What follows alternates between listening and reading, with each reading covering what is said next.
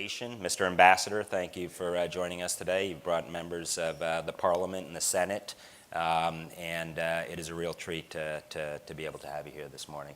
Let me also welcome our viewers on C-SPAN, and without further ado, please join me in welcoming Minister Cazeneuve.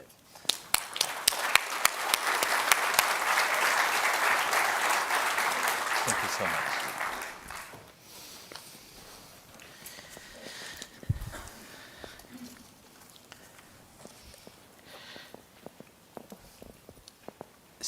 Cyber and Homeland Security Director from the Ambassador, ladies and gentlemen, dear friends. I would like to thank you for welcoming me today. I am honored to be speaking in front of you at the prestigious George Washington University, where so many great American political figures own their skills. I am thinking of former Secretaries of State, John Foster Dulles and Colin Powell, as well as former First Lady, Jackie Kennedy. I also would like, of course, to warmly thank the members of the Center of Cyber and Home Security, especially its director, Frank Silufo, who was kind enough to invite me to give you this lecture on France and the terrorist threat.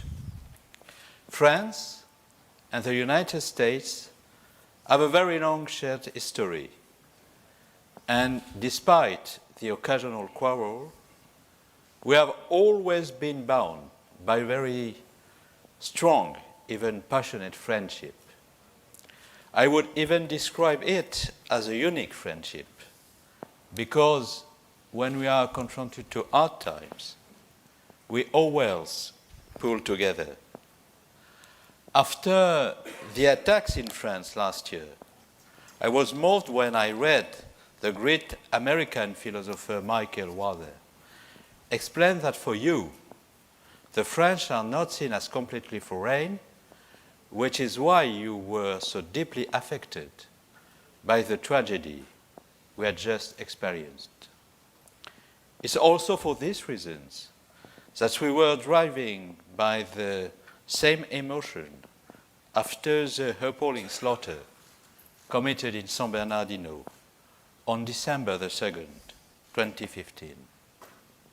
I would like to express my deep condolence to the families in their grief. I therefore would like to thank you from the bottom of my heart, both personally and on behalf of France and the French people, for the solidarity you demonstrated during the terribly difficult time we have just been through. The strong support shown by President Obama and the American people meant so much to us. We will never forget. And France will never forget.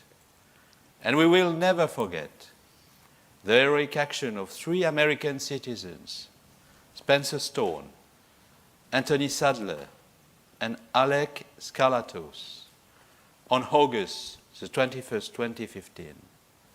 They decisively contribute to avoid another terrorist tragedy in the Thalys train, which was carrying more than 500 passengers from Amsterdam to Paris. For that brave deed, President Hollande awarded them the Légion d'honneur, our highest decoration. In 2015, my country was the target of terrorist attacks of unprecedented kind and scale. 149 innocent victims lost their lives, and hundreds of others were seriously injured. In January, the targets chosen by the terrorists had an obvious symbolic significance. The editorial staff of Charlie Hebdo, the famous satirical newspaper, police officers, and French Jews. They targeted freedom of conscience and expression, democracy and pluralism, secularism, and the values of the French Republic. On November the 13th, 2015, The killers deliberately struck indiscriminately in the very heart of Paris, in our street, in the Bataclan concert hall, and outside the Stade de France. They attacked our young people. They attacked our way of life. Among the Bataclan victims was a young American student, Noemi Gonzalez. My thoughts go out to her family, her loved ones, her friends. Before talking about the main lines of action we are conducting against terrorist networks in France and in Europe, I would like to give you my analysis of the threat we are all facing. I believe we must understand it in order to protect ourselves more efficiently. Over the past 10 years, the jihadist threat has considerably evolved. The November attacks were planned from Syria and coordinated abroad. Yet, others were perpetrated by people radicalized on French soil, sometimes in a very short period of time. Today, in fact, the threat is more and more diffuse. From an operational point of view, the threat now takes two main forms. On the one hand, it involves individual or small groups who had accelerated training in handling weapons in Syria or Iraq. Back in Europe, this group constitutes sleeper cells capable, as of November the 13th, of moving into action in cooperation with the Syrian base of ISIS. On the other hand, we are up against individuals who are being progressively radicalized through their environment, sometimes with the help of very informal networks, which are thus even more difficult to identify. They feel they are responding to a general call to jihad used by ISIS or by many other jihadist-inspired terrorist organizations. Consequently, sociological and psychological profile of the jihadist or candidates for jihad has become more varied. Some are criminals or former criminals who have been radicalized in prison or through encounters with Islamists. This was, for example, the case of Amedi Koulibaly, one of the terrorists involved in the attacks of January 2015. Others are psychologically vulnerable and for various reasons have developed feelings of hatred for the society in which they grew up. Others, finally, tell themselves that they are looking for meaning and develop a fantasist conception of the Islamist revolution fed by the propaganda published on the internet and on social networks. The jihadist organization rely on elaborated propaganda. I am thinking especially of the videos broadcast on social networks and of online media published by ISIS, such as Dabik, written in English, or Dar al-Islam, its equivalent in French. The battle against terrorism is thus also fought in cyberspace. Indeed, most of the new jihadists who have traveled or are seeking to travel to Syria or Iraq have been radicalized online. Basically, this new jihadism can be summed up as the combination of the suicide belt and social networks. I am deeply convinced that to defeat this threat, the public authorities must cooperate with the actors of the digital community.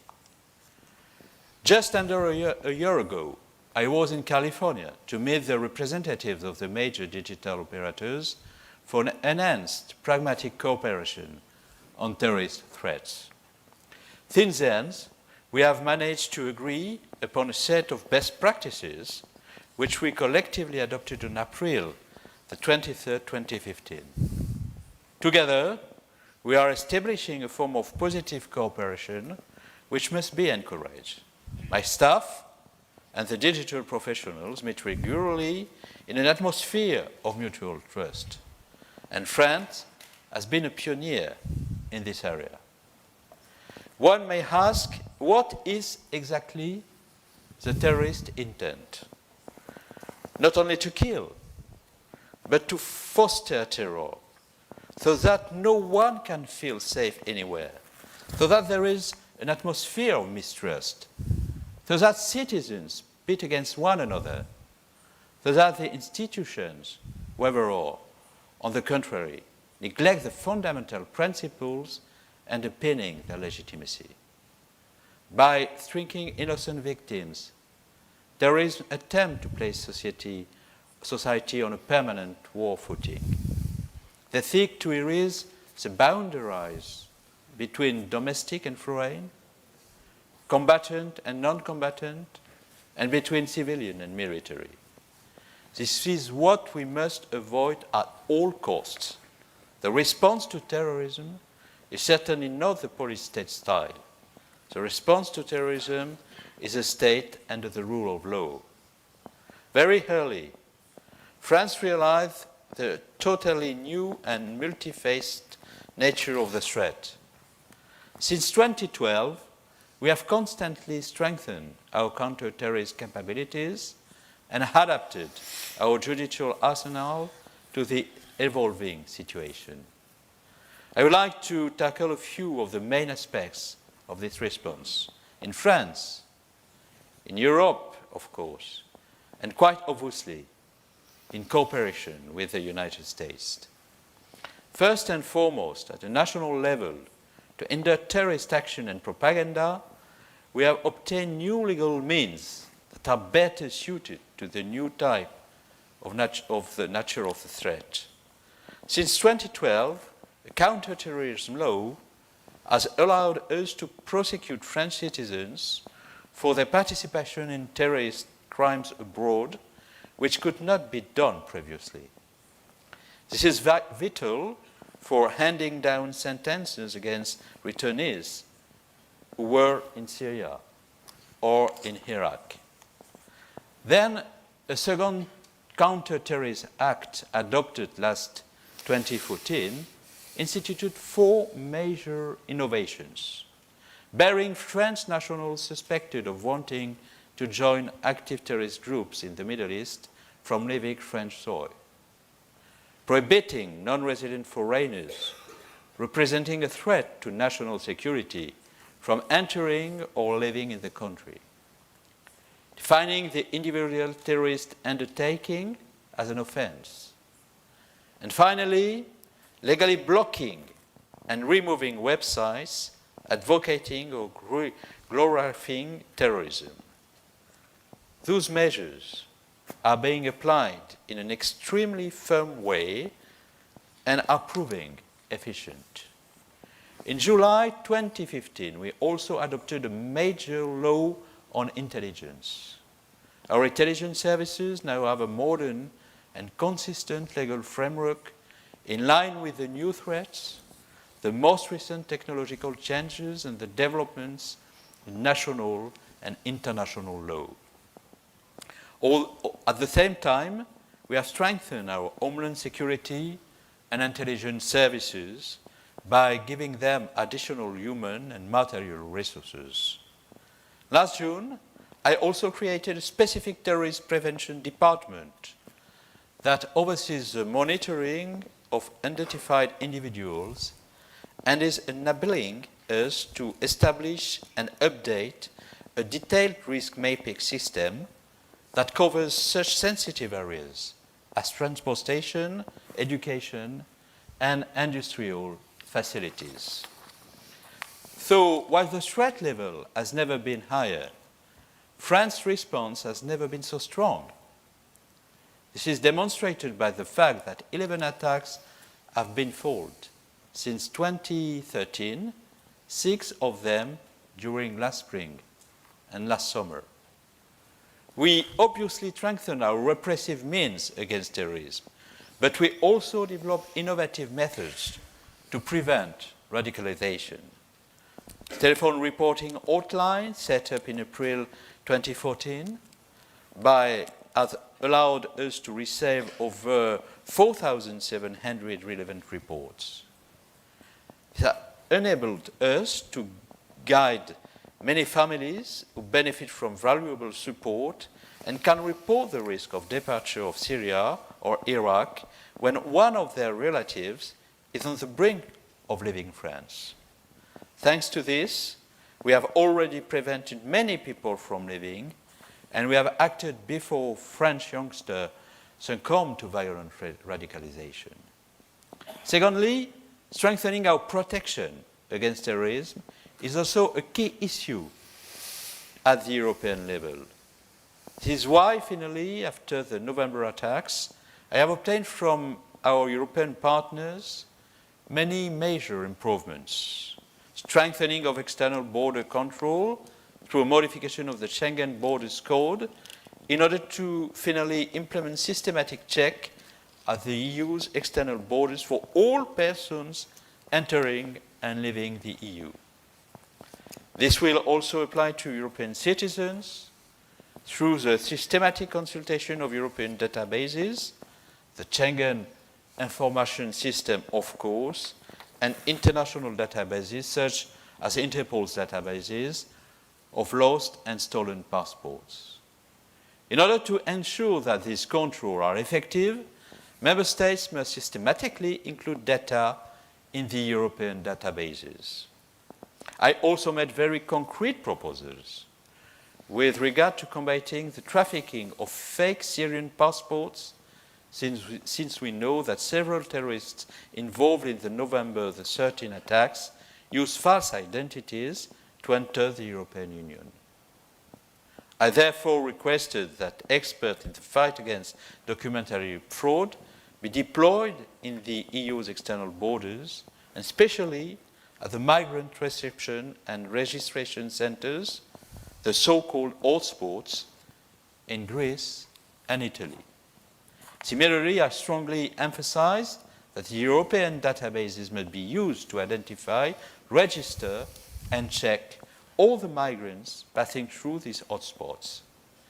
In order to allow our services to better detect and monitor the air travel of dangerous persons, we finally reached an agreement on the European PNR system.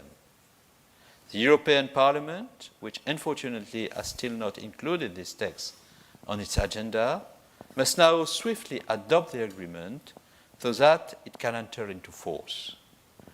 And we are currently negotiating a revision of the EU directive on firearms, making it possible to strengthen the control of legally owned firearms, as well as an action plan to combat the illegal trafficking of firearms, notably from the Balkans.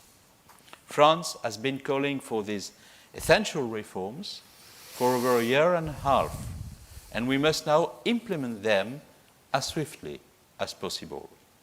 Finally, I would like to stress the importance of the increasing cooperation with the United States in the fight against terrorism and organized crime. When we jointly decided after the November attacks to intensify our strike in Syria and Iraq, we also resolved to work on improving and strengthening the exchange between our intelligence services regarding our common enemies. Moreover, because France got involved very early in the fight against terrorism, and because our country developed effective tools in this way, we are proud to be today a privileged partner of the United States, particularly in this common fight. The French Parliament has recently ratified the so-called PRUM transatlantic agreement, which will allow us to strengthen cooperation between our two countries on criminal investigations, particularly through data and information exchanges that can help us identify wanted persons.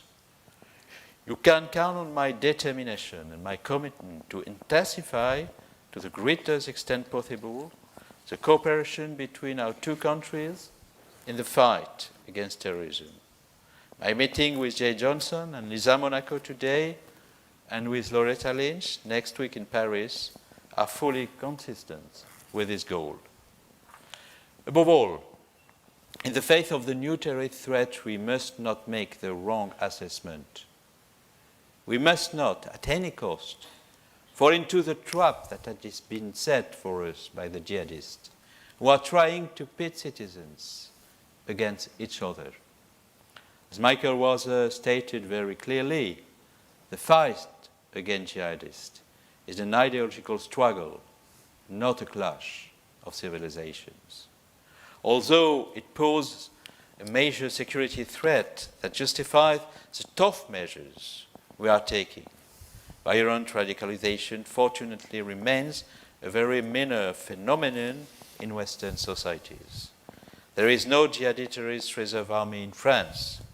The fight against terrorism is a global challenge and a test for the cohesion of our democratic societies. I am confident in the resilience of the French people. On January the 11th, 2015, my compatriots took to French streets in their millions in a spirit of fraternity to demonstrate that they were not afraid of terrorists, that they were ready to fight, to defend our freedoms. Once again together, as we have done so many times in the past, we will fight and we will win. Thank you very much for your time and attention. So if you can join in, you'll do it. Thank you, and the minister is kindly going to answer some questions. They will be simultaneously translated, so bear with us for a question. I'll take the prerogative of being seated here and ask the C'est moi qui vais poser la première question, Monsieur le ministre. Vraiment, merci pour ce portrait. One of the quotes that I found spot on and something I think we all agree with is that the threat has never been higher. Can you give us some specificity in terms of scale and scope, in terms of numbers? In addition to the foreign fighter dilemma, what are your thoughts and considerations in the broader Maghreb and the Sahel, where clearly France has been a target of terrorist activity in the past? So any figures you can leave with us to give us a sense of scale and scope. And then secondly, since we're at a university, I'm going to ask for you to grade a couple things. So firstly, to grade the cooperation between the internal and the external services in France to be able to get a full, rich picture of the threat environment. So how are your internal security services working with your external intelligence services? Then how would you grade your relationship with the EU in particular, with information sharing and some of the need to integrate databases with your EU partners at the borders? And then finally, of course, the relationship with the United States.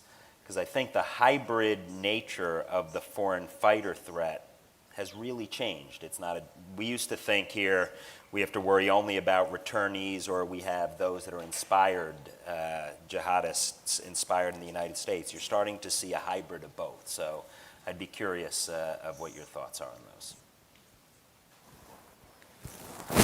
Merci infiniment. Many thanks. I'm going to, if you allow me, to answer in French.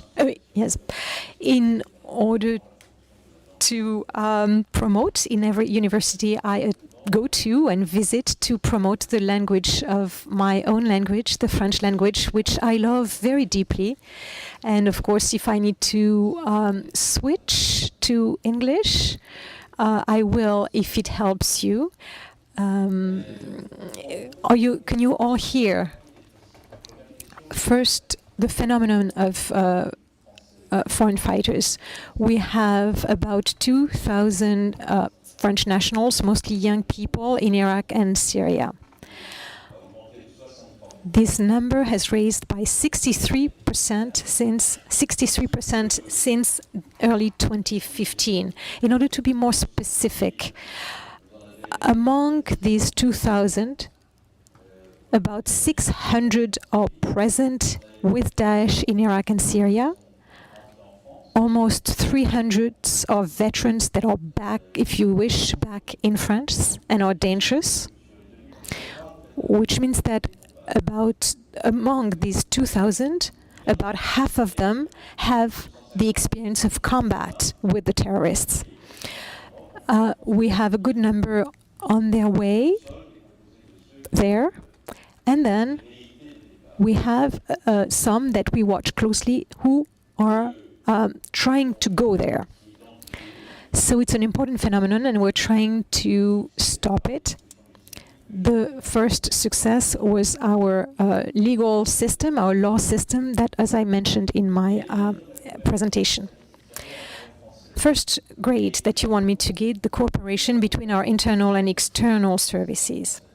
And what's the cohesion of the intelligence services? I have to say that the grade is better than it has ever been, because these challenges, these threats, oblige us to share more, to connect our vigilance, and the leaders of our intelligence services under my responsibilities have to work together continuously under my authority.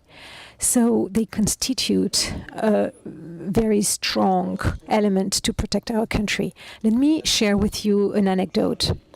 After the attacks at Charlie Hebdo in early January, on the very evening of these attacks, there was a news report, and the journalists on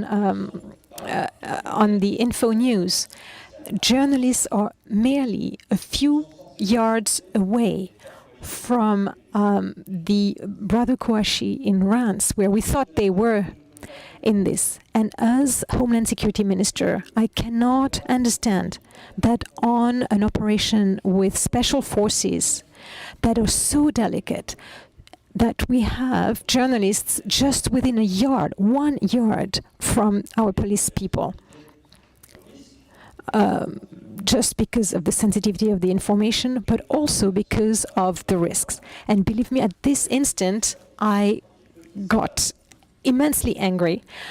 I gathered all my collaborators, and I said, in a small room, and I said, if in such crisis we are not capable to prepare those operations while informing journalists, but without exposing them, and it's imperative that you share information. We cannot face the threat. So for me, I'm not interested in knowing which is our service that is going to be the winner. No. Our objective is that the Republic, the French Republic, wins and prohibits those terrorists to act. It's not about one service over the other. So as long as we are not cooperating, and sharing the information, we are not leaving this small room that we are in.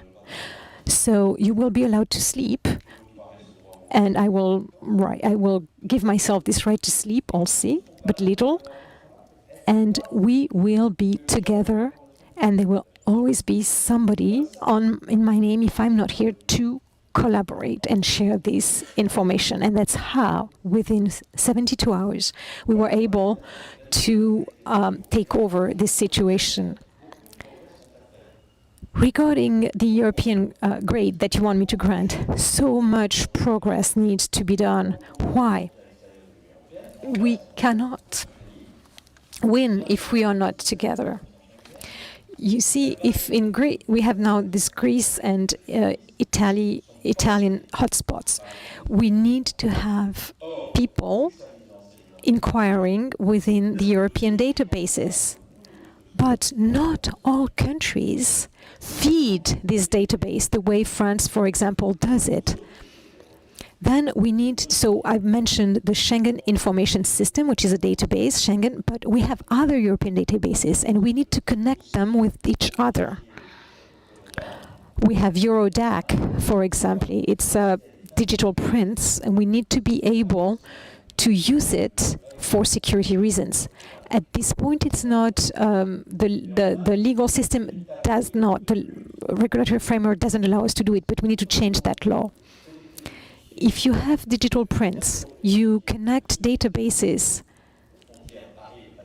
But if the people coming into the EU have fake passports, then all our work upstream is voided.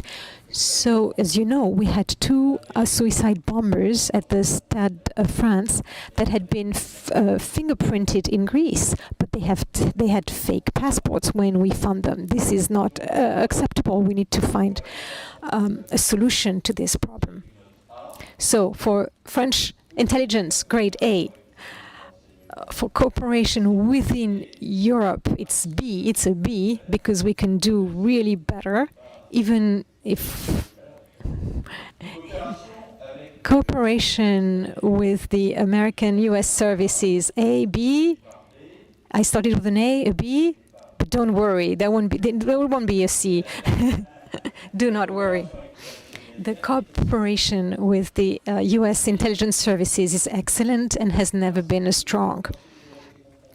When we were faced with the most serious difficulties, our both countries have pulled together, especially in the counter-terrorism fight.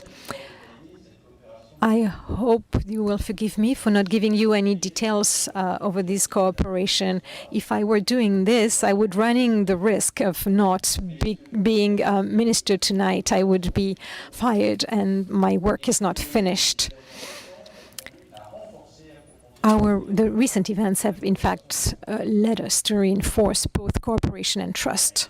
If you have a question, please provide your name, your affiliation. And one thing, Minister, before I ask that question, that I think you raised a very pertinent and relevant point, and that is the role of media not only covering these sorts of issues, but from an operational tradecraft perspective. We had our first significant situation in the Boston Marathon bombing, where you had media, well-intended but potentially unintentionally, identifying what our operations are, what our thinking is. This is an issue that I think goes beyond and extends beyond simply media, but also to social media, where everyone in their iPhone could suddenly become a potential source. So that's a great topic I hope we'll have some time to discuss. But we had a question. We'll start with Pat, and then we'll go to Francois. So please identify yourself. And try to keep our questions short. Minister, Pat Byrne, Europol Senior Representative in the United States. A bit of a question, but also a bit of information to share and support the Minister's background. We can certainly say from the European Europol perspective, where Director Wainwright is sending our full resources to try and get an EU integration to both the information gaps in CT and in the Migration Smuggling Centre with our European Counter-Terrorism Centre and the European Migration Smuggling Centre. In addition, I have to say that during the attacks in Paris, the terrible attacks, I witnessed firsthand the US agencies standing up to the plate and giving intelligence leads, particularly in the financial TFTP programme, which we understand we cannot discuss operational matters, but we're very supportive to the French investigators. My question really is, and cooperation has never been higher, and indeed Europol has always found that the US has always stood up to the plate when we're in trouble. Does the Minister feel, is there any particular area where Europol itself could add value to the existing operations we have in Task Force Fraternité, etc., but anything that we can do better, Minister, for you?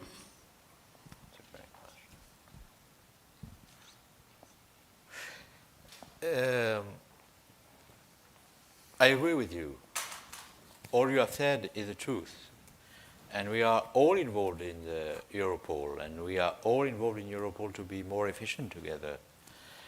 Of course, we are trying to organize more cooperation between the intelligence services inside of Europol, but not only with intelligence services, was security forces. And for example, when we were confronted to the terror attack of November, we, of course, exchanges a lot of informations between our intelligence services in order to be sure that we should be able to find a good way to stop the jihadists as soon as possible.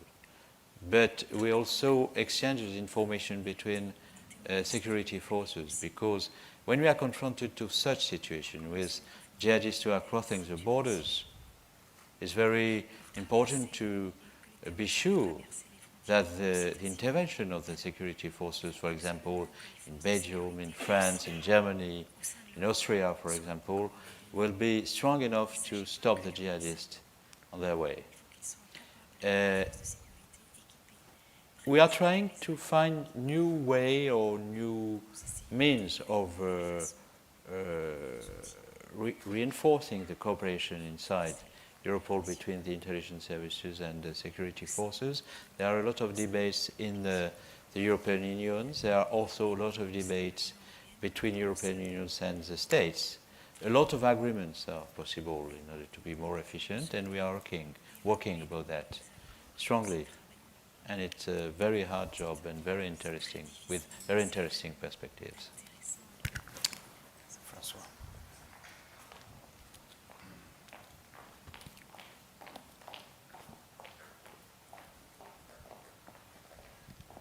François Béjean, Catalyst Partners. Merci, Monsieur le Ministre, and thank you, Frank, for this venue.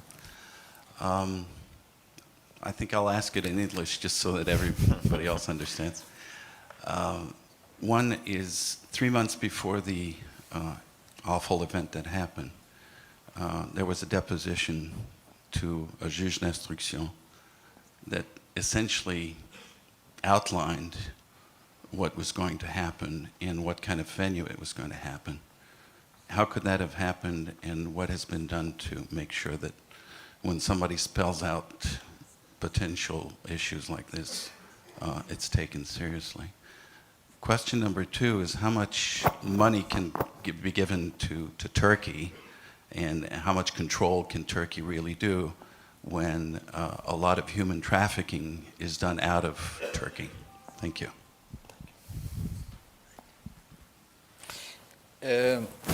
Cher monsieur, vous me dites un juge d'instruction a reçu une... You are saying that a judge received depositions laying down what was going to happen. I want to say, who is this judge?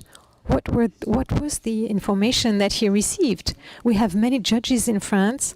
We have many judges working on inquiries and on investigating all over the world, by the way.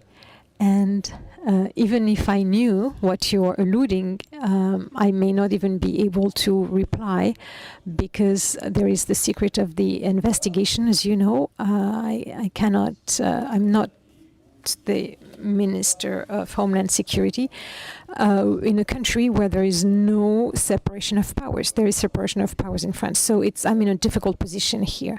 But I don't even understand what you are alluding to. Second question, Turkey. That I understand what you're talking about. To tell the truth, I even see it too much. It's a topic that is in front of us every day, especially sensitive and complex, that requires a lot of clarity in our understanding and action. How can we decrease the migratory flow? Not because we do not want to open our doors and be welcoming hospitality, but if we welcome, we need to be able to master this welcome, to master the flow, to be able to give a worthy hospitality. We need to be very lucid, very clear, because with the greatest generosity, we might lead and create a huge humanitarian crisis. So we need to be able to have to be in control of this process. We need to have hotspots that are functioning. We need that the relocalization to a special camp, for example, needs to be done properly and in an orderly fashion. In order to do all these things, we have to also ensure that the people that are in the refugee camps can be hosted in those camps in the best humanitarian conditions so that they can go back to their country as soon as their country is capable of welcoming them back. Or we're going to deprive a country like Syria, for example, from an entire generation of young people who could reconstruct their country, and also to prevent smugglers, people smugglers, to stop their traffic. So in those camps, in Turkey in particular, we need to create very good camps there. It might be a very good solution. So with Germany, we discuss with Turkey in order to organize this kind of organization, to organize these mechanisms so that the Turks can be faithful to their commitments, so that the EU funds be distributed in a responsible way with great rigor. Time for two more very quick questions. I know Rich here, and then we'll go all the way to the back. And I'm sorry for favoring the right. I didn't see hands up on this side. My name is Rich Wilhelm. I'm retired, but I recently retired from Booz Allen, where I led all the business with intelligence agencies. As you know, in this country, Minister, there is a huge debate either taking place or about to take place over the encryption in telephones. As a result of the authorities have not been able to access one of the phones of the terrorists killed in the San Bernardino attack. This is a very, very complex issue, but do you have a position on unbreakable encryption in any form of digital communications, but particularly with respect to what is going on right now with the iPhone? And joining the minister is a senator who knows a little bit about that. So. Oui, je veux saluer le sénateur. Yes, I want to underscore the presence here of Senator Richard, who was Minister of Defense since between 1997 and 2002. He's most involved in those questions, and he's most happy to be with us. And feel free to re-invite him to talk about those topics. He would have many things to tell you on those topics. I hope I'm not bothering him or obliging him in saying this, but it would be for your university a great opportunity. So you're inviting me to take part in the US debate.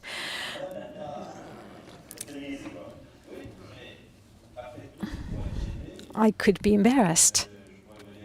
I could avoid the question. But in fact, it is not a US debate. It's a US debate today, but it's a question that we are all facing.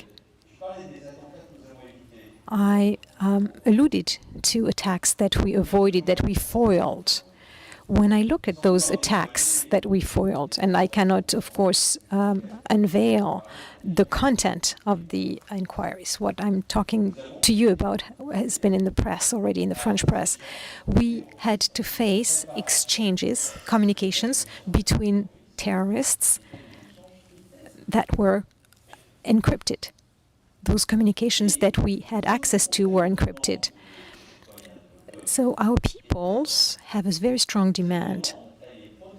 They want to be protected from terrorist crime, which means protect our democracy and our civil liberties from the will of terrorists that want to destroy it. And at the same time, promise us that it will be done at every second in respect with our individual civil liberties.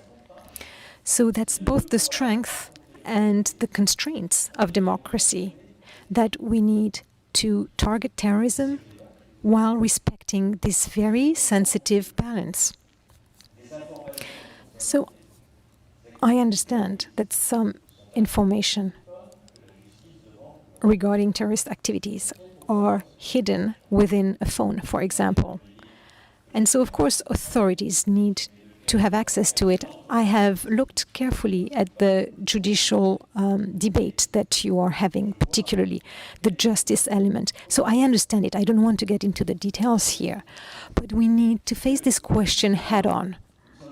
If tomorrow we are not capable to use encryption, if we are not able to crack encryption, our citizens who care so much about freedom and privacy will say, but what have you done to protect us? Because these attacks are going to continue indefinitely if we do not solve that problem. So then we will have other debates, much less healthy. What is a democracy worth if it's not protecting us? So it is a most important topic philosophically, but also practically. Then there will be a debate around internet, and as follows: how can we develop all that the digital world contains in itself in terms of capacities of communication, exchanges, relationships between human beings across the globe? If freedom had been demolished, destroyed by the terrorists, the ecosystem of the digital work is democracy. And if democracy is not capable of defending itself, the ecosystem of the digital work collapses. So you see how everything is connected. It's not that on one side there is the digital work and civil liberties, and on the other side, states and governments trying to defend security. No, we need to have a joint venture between the states, the governments, and the digital work. How? We need to create trust, mutual trust, so that together we can prevent terrorist acts. So we need to define principles, rules that won't let states to take advantage of the necessity that they have, this obligation that they have to intrude on the privacy of everybody. And that deal, that balance can be achieved. Last year when I went to the Silicon Valley, I said that we wanted the blogs, sites that are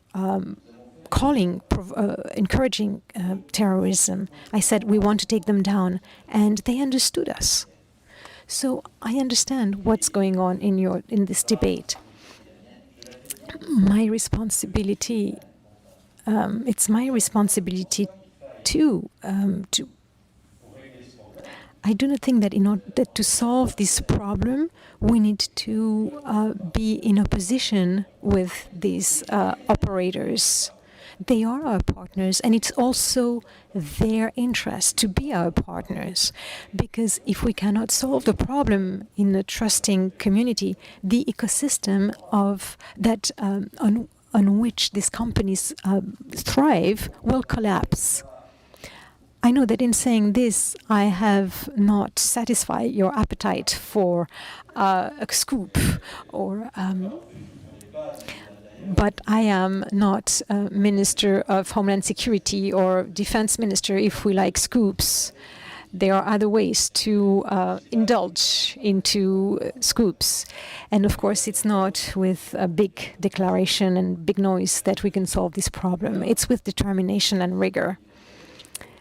When I'm no longer Homeland Minister Security, I can come back and speak slightly differently.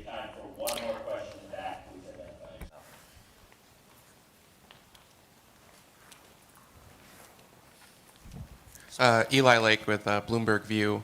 I wanted to ask, how many French citizens is the French government currently monitoring, and can you talk a little bit about what that monitoring entails?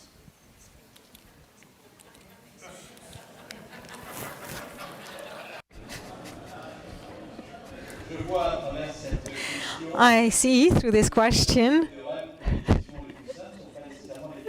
that the simplest questions are not always the easiest ones to answer. But I'm going to try to answer. And we are monitoring several thousand people, individuals, But not all of them are necessarily terrorists. We are not convinced that all of them are, but some of them respond to low signals. Some we are certain that they are in connection, in communications with terrorist groups or radicalized groups, but it doesn't mean that they themselves are radicalized, but at some point they may. So this is the spectrum. The difficulty of counterterrorism today is less the difficulty of intelligence that we have, but it's a difficulty in analysis once we have the intelligence. When we have a low signal, or when we think it's a low signal attached to an individual, that person, for example, doesn't seem to be involved in, doesn't mean that person is not dangerous. For example, we had in Marseille a few weeks ago a young high schooler who tried to kill a teacher. We didn't know he was even a good student. We had no idea. He had self-radicalized himself on internet in a very short term. So we try to distinguish those who are less dangerous, those who are highly dangerous, those who were foreign fighters and are there, those who were foreign fighters and have come back, those that are on the way. And we are trying to enhance continually our capacity for analysis. We organize this in terms of human resources. We work with universities. We develop, of course, collaboration within our services with foreign intelligence services, so that when we cross-reference all of these, we can have an analysis that become more in tune with the reality. And that's really the challenge that we are confronted with, and not just us, but the entire work. But the witching hour is here. Let me underscore before I say thank you, one point that you brought up in your remarks, and I think if we were to look at this issue holistically, the missing dimension of our own counterterrorism statecraft is recognizing, to paraphrase Bill Clinton, it's not the economy, stupid, but the ideology. This is one area where I would love to see more effort, not only within the United States, but in partnership with other countries to expose the hypocrisy of the Islamist ideology, and this is something I hope we can do in tandem. With that, Mr. Minister, thank you for sharing your insights with us today. While it's a truism, transnational threats do in fact require transnational solutions, and your courageous leadership on some of today's most difficult challenges, I think, deserves to be singled out. Thank you for what you do. Thank you for what France does. Merci, and let us continue this fight together. Continuons ensemble. Thank you, and may I ask everyone to please remain seated while the minister exits, and please do leave as well. Mr. Minister, thank you. Thank you.